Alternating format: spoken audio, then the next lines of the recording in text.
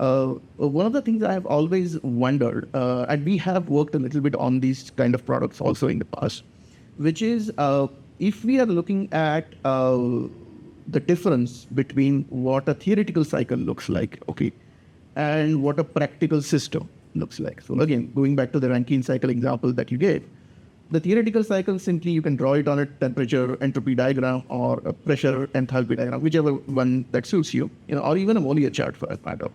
But that's a very typical way of looking at it, but how would you characterize the differences between the existing theory and the actual systems in practice? So whenever you start implementing any ideal cycle in a practical scenario, there are some deviations from that cycle.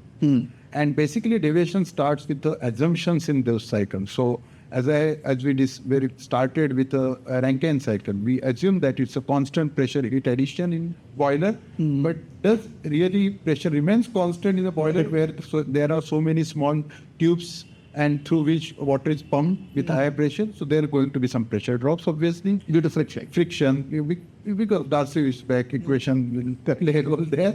And same way, when you talk about expansion of steam in steam turbine or in steam engine, we assume it's adiabatic expansion. There is no heat loss. Again, even if you have best insulation in world, there will be some heat losses. So anywhere when you implement any technology or any ideal cycle into practical, there are deviations from it.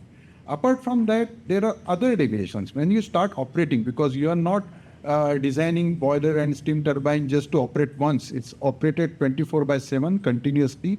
So when you operate these plants or these cycles over the years, there is a deviation because of some other aspects also, like water chemistry is one of the topic what we are going to discuss today.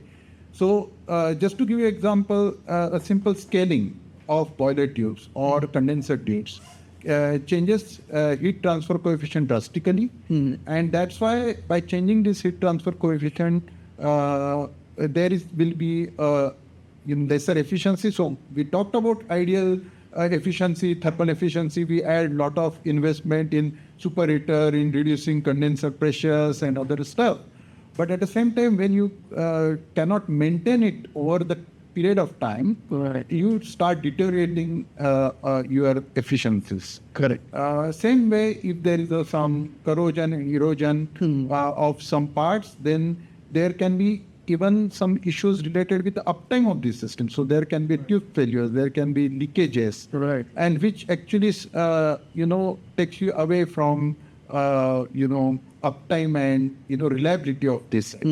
So actually, when you implement any technology which we study in books into practical scenario or in industry, we need to always think about finance.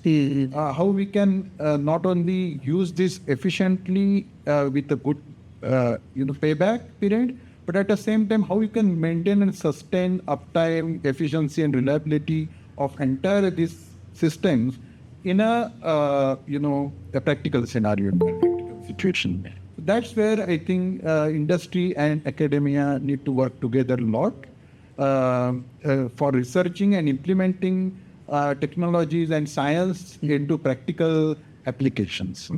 Yeah, absolutely. And I understand the point you're making. Okay, so there is one thing to actually have a technology that is proven maybe at lab scale or maybe at the bench model scale, the way we say it.